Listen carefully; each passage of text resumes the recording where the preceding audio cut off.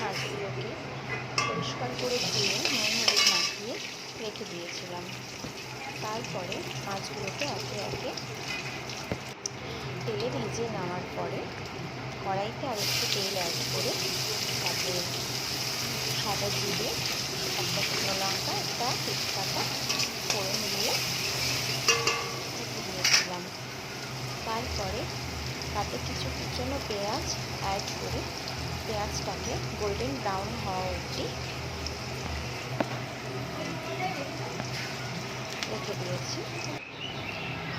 কিছুক্ষণ পর পেঁয়াজগুলো গোল্ডেন ব্রাউন হয়ে যাওয়ার পরে তাতে আমি একটা পেস্ট বানিয়ে রেখে দিয়েছিলাম, যার মধ্যে গোলমরিচ, পোস্ত, আদা, রসুন, সামান্য পরিমাণে চিনি, জাস্ট একটু নুন অ্যাড করে মিক্সিতে পেস্টটা বানিয়ে রেখে দিয়েছিলাম, সেটাই সেই ফোড়নের মধ্যে অ্যাড করে দিলাম। একটুখানি মশলাটাকে কষানোর পরে সামান্য একটু তেল বেরিয়ে আসছে দেখুন।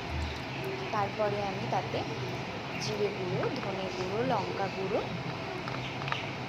আর গরম মশলা অ্যাড করে মশলাটাকে কষাতে রেখেছিলাম। তার কিছুক্ষণ পরে আমি তাতে টক দই অ্যাড করে লো সিমে মশলাটাকে কষাতে কষাতে আর কিছুক্ষণ পরে মশলাটা যখন কষে গেছে তাতে আমি সামান্য পরিমাণে গরম জল অ্যাড করে দিয়েছি। গরম জলটা জাস্ট একটু মশলার সাথে মিশে গিয়ে একটু ফুটে নেওয়া অবধি গ্যাসের ফ্লেমটা হাই করে দিয়েছিলাম। তারপরে মশলাটা যেই ফুটে উঠেছে তাতে আমি একে একে ভাজা মাছ দিয়ে ঢাকা দিয়ে রেখে দিয়েছিলাম। তারপরে দেখুন আমার কাতলা কালিয়া রেডি হয়ে গেছে।